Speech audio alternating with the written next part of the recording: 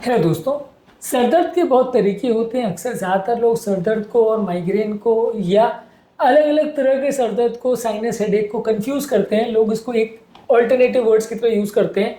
किसी व्यक्ति को सिंपल सर दर्द भी हो रहा हो तो वो सबके लिए माइग्रेन यूज़ करेगा, किसी को साइनस का दर्द है वो दूसरे के लिए वही वर्ड यूज़ करता है। ऐसा बहुत कॉमनली होता है क्योंकि ज़्यादातर लोग ये कॉन्सेप्ट ही नहीं जानते कि सर दर्द के तरीके अलग अलग होते हैं, हर एक के कारण अलग अलग होते हैं और सबके फीचर्स अलग होते हैं।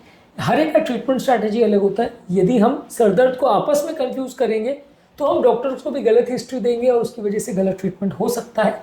इसलिए आज डिफरेंस समझने का प्रयास करेंगे कि अलग अलग तरह के सर दर्द होते क्या है और उसके बेसिक क्लिनिकल फीचर्स में क्या फ़र्क है।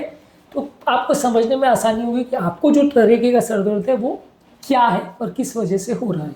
टॉपिक पे जाने से पहले जो लोग हमारे चैनल पे नए हैं उन्हें रिक्वेस्ट करूँगा कि चैनल को सब्सक्राइब करें, वीडियोस को लाइक करें, शेयर करें, फॉलो करें, कमेंट करें, पूरा देखें। टॉपिक बहुत इंपॉर्टेंट है, आपको किसी भी और चैनल पे नहीं मिलेगा, इसे अंत तक देखिएगा। चलिए शुरू करते हैं इंपॉर्टेंट वीडियो।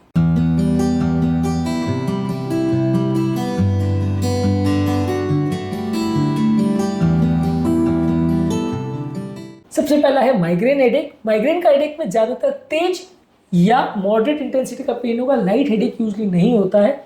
झपक झपक के या पल्सेटाइल दर्द होता है, यानी पल्सेस जैसा महसूस होगा आपको जब हेडेक होगा, यानी कंटिन्यूस दर्द नहीं होगा, रुकते बढ़ते रुकते बढ़ते ऐसा टाइप दर्द होगा।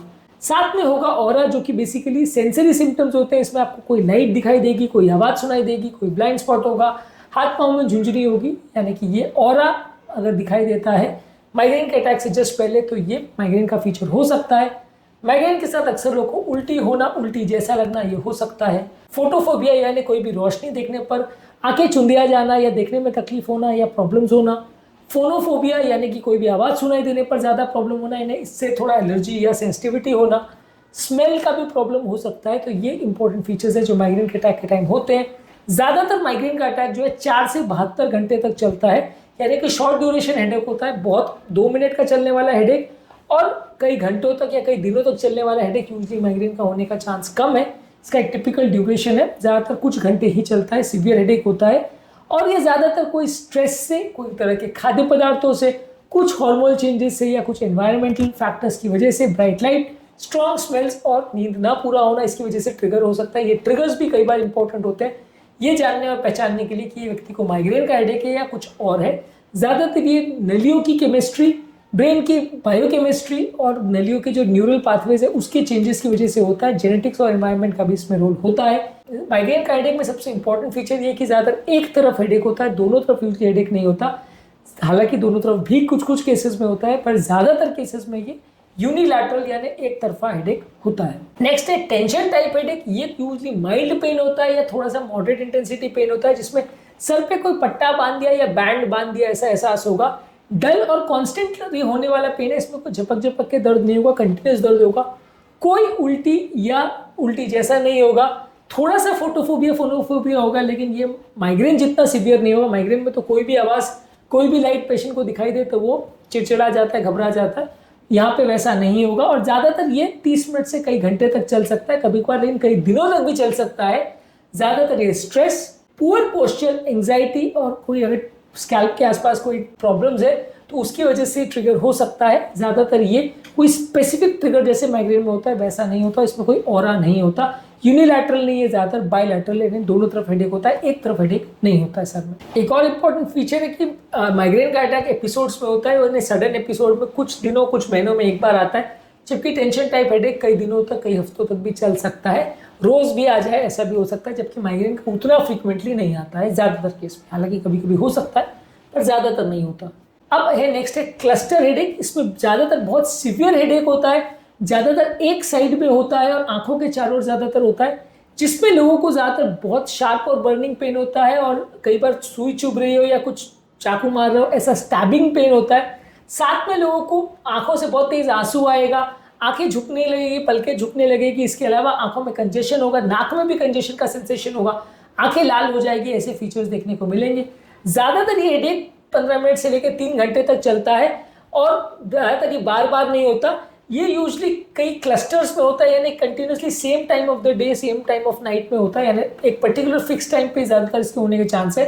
यानी माइग्रेन अटैक से ज़्यादा सीवियर है, आंखों के कंजेशन के फीचर देखने को मिलेंगे और ये पर्टिकुलर टाइम पे होगा, ज़्यादा शॉर्ट ड्यूरेशन हेडेक होता है। ज़्यादातर ये कोई स्पेसिफिक ट्रिगर की वजह से नहीं होगा, या ऐसा नहीं कि खाना नहीं खाया, नींद नहीं हुआ, या कोई पर्टिकुलर खाना खा लिया तो ये हो रहा है। इसका कोई स्पेसिफिक ट्रिगर नहीं होता है, जिसको होता है तो बिना ट्रिगर के भी हो सकता है। अगला है साइनसाइटिस या साइनस का हेडेक। ज़्यादातर ये फोरहेड पे यानी सर के इस पार्ट पे, चीक्स पे या नाक के आसपास होता है, जो एरिया में मेनली साइनस होते हैं। यहाँ पे डल एकिंग या थ्रॉबिंग, झपक झपक के होने वाला दर्द हो सकता है। ज़्यादातर मूवमेंट करने में, आगे झुकने पर या इस पर्टिकुलर जगह पे हम जब प्रेशर या दबाव डालते हैं तो ये पेन ज़्यादा होता है। ज़्यादातर के साथ लोगों को सर्दी जुकाम के फीचर, नेजल कंजेशन के फीचर, थिक डिस्चार्ज नाक से आएगा इसके फीचर्स, और बुखार के फीचर्स देखने को मिलते हैं। ज़्यादातर ये दर्द कई दिनों तक भी चल सकता है। जब तक आपको खांसी जुकाम ठीक नहीं होता तब तक कई दिनों तक भी दर्द चल सकता है, कई घंटों तक दर्द चल सकता है। लॉन्ग ड्यूरेशन पेन ज़्यादातर होता है। ज़्यादातर ये नेजल इन्फेक्शन के साथ ही होने वाला दर्द है। बैक्टीरियल, फंगस, वायरस इन्फेक्शन कोई भी अगर साइनस को इन्वॉल्व करता है तो ये दर्द देखने को मिलता है। साइनस कंजेशन के फीचर्स इसमें देखने को मिलेंगे। तो साइनसाइटिस का दर्द और माइग्रेन के दर्द को या टेंशन टाइप हेडेक के दर्द को कंफ्यूज ना करें। एक होता है रिबाउंड हेडेक यानी मेडिसिन ओवर यूज का हेडेक। ये यूजली अगर पेन किलर्स आप लंबे समय तक खाते रहो तो उसके बाद कई बार पेन होता है। माइल्ड टू मॉडरेट इंटेंसिटी का पेन होता है, और जैसे जैसे दिन बढ़ने लगता है यानी सुबह से शाम होने लगती है तो दर्द ज़्यादा होता है। कंटिन्यूस पेन होता है, ज़्यादातर उन लोग को होता है जो ज़्यादा पेन किलर्स खाते हैं। साथ में पेशेंट को थोड़ा उल्टी होना, चिड़चिड़ापन होना, कॉन्सेंट्रेट करने में डिफिकल्टी होना, ऐसा हो सकता है। ज़्यादातर ये रेगुलरली अगर कोई पेन किलर्स ले रहा हो, क्रॉनिक डेली हेडेक अगर किसी को हो रहा हो, उसके बाद अगर वो बहुत ज़्यादा पेन किलर ले रहा हो तो लोगों को ज़्यादातर होता है। इसको रिबाउंड हेडेक बोलते हैं। पेन किलर लेने वाले लोगों को ये रिबाउंड इफेक्ट की वजह से होता है। इसके अलावा एक होता है सर्वाइकोजेनिक हेडेक, जिसमें गले से दर्द चालू होता है। अगर किसी को गले के एरिया में स्टिफनेस तो वहाँ पे हेडेक हो सकता है। ये डल या झपक झपक के होने वाला दर्द होता है। ज़्यादातर फोरहेड पे, टेम्पल रीजन पे और आंखों के आसपास ज़्यादा देखने को मिलता है। गले में जकड़न और छूने पे दर्द हो, इसका एहसास हो सकता है, और ज़्यादातर ये कई दिनों तक या कई हफ्तों तक भी चल सकता है। लंबा चढ़ने वाला दर्द होता है, कई घंटों तक ये हो सकता है। ज़्यादातर ये पेन पुअर पोस्चर या स्पाइनल कॉर्ड का प्रॉब्लम हो, या सर्वाइकल स्पॉन्डिलोसिस हो, या गले में अगर मसल टेंशन हो तो ज़्यादा देखने को मिलता है। यानी गले की हड्डी का अगर कुछ प्रॉब्लम हो या वहाँ खिंचाव तो ना हो तो उससे रिलेटेड पेन होता है। इसमें कोई फोटोफोबिया, फोनोफोबिया या यूनिलैटरल हेडेक या इस तरह के फीचर्स नहीं मिलेंगे, तो इसको माइग्रेन से डिफरेंशिएट करना इतना डिफिकल्ट नहीं होगा। थोड़ा बहुत टेंशन टाइप हेडेक जैसे इसके फीचर्स हो सकते हैं। अब बात करते हैं कि फीचर्स के हिसाब से कौन कौन से हेडेक कैसे होते हैं। अगर पेन की क्वालिटी की बात करें तो माइग्रेन में झपक झपक के और पल्सेटाइल पेन होगा। टेंशन टाइप में भारीपन लगेगा और डल या धीरे धीरे होने वाला पेन होगा। क्लस्टर हेडेक में बहुत तेज और जलन जैसा एहसास होगा। साइनस हेडेक में प्रेशर या डल एकिंग पेन होगा, और रिबाउंड हेडेक में माइल्ड टू मॉडरेट पेन होगा। ज़्यादातर डेली पेन होगा, दवा लेने के बाद पेन होगा। ज़्यादातर पेन का लोकेशन माइग्रेन में एक तरफा होगा, टेंशन में दोनों तरफ होगा। क्लस्टर हेडेक में भी एक तरफ होगा, ज़्यादातर आंखों के चारों ओर होगा। साइनस हेडेक में ज़्यादातर फोरहेड पर, गाल पर या ज़्यादातर नाक के ऊपर आसपास इस पे ज़्यादा होगा। और रिबाउंड हेडेक कहीं पे भी सर पे हो सकता है, पूरे सर में हो सकता है। माइग्रेन में ज़्यादातर लोगों को नॉजिया, वॉमिटिंग, फोटोफोबिया, फोनोफोबिया ज़्यादा देखने को मिलेगा। टेंशन टाइप हेडेक में ये सारे फीचर्स नहीं देखने मिलते हैं। क्लस्टर हेडेक में आंखों के चारों ओर रेडनेस दिखाई देगा, नेजल कंजेशन दिखाई देगा।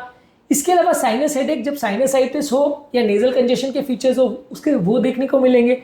और रिबाउंड हेडेक में चिड़चिड़ापन या कॉन्सेंट्रेट करने में प्रॉब्लम हो, ये फीचर साथ में देखने को मिलते हैं। ड्यूरेशन की अगर बात करें, माइग्रेन का अटैक 4 से 72 घंटे लास्ट करता है। Tension type headache usually 30 minute से कुछ घंटे तक लास्ट करता है। क्लस्टर हेडेक 15 मिनट से 3 घंटे तक लास्ट करता है, थोड़ा छोटा ड्यूरेशन का पेन होता है। साइनस हेडेक तब तक होता रहता है जब तक साइनसाइटिस का प्रॉब्लम ठीक ना हो जाए। और रिबाउंड हेडेक भी क्रॉनिक पेन होता है, डेली होने वाला पेन होता है, एपिसोडिक पेन नहीं होता, कभी कभी हो ऐसा पेन नहीं होता। लास्ट में बात करें ट्रिगर फैक्टर्स की, क्या चीज़ से ट्रिगर होता है। यूजली माइग्रेन का हेडेक स्ट्रेस, कोई स्पेसिफिक खाद्य पदार्थ या कोई हार्मोनल चेंजेस की वजह से होता है।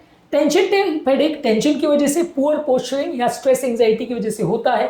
क्लस्टर हेडेक का कोई क्लियर ट्रिगर नहीं है, वो बिना किसी कारण के होता है।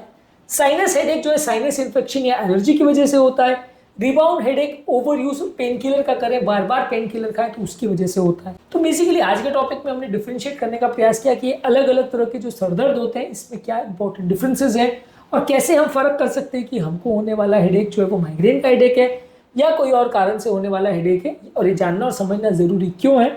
इन सब चीज़ों पर हमने बात करी। इसके अलावा अलग अलग तरह के हेडेक्स और उनके क्या ट्रिगरिंग फैक्टर्स है, कैसे कंट्रोल करते हैं, क्या खाना चाहिए क्या नहीं खाना चाहिए, इस पर हमने ऑलरेडी काफ़ी सारे वीडियोस किए हैं, इनको भी ज़रूर चेकआउट करें। उम्मीद करूंगा कि आज के टॉपिक में कुछ नई बातें जानने को मिली होगी। जो लोग हमारे चैनल पर नए हैं उन्हें रिक्वेस्ट करूंगा कि चैनल को सब्सक्राइब करें, वीडियोस को लाइक करें, शेयर करें, फॉलो करें, कमेंट करें, पूरा देखें।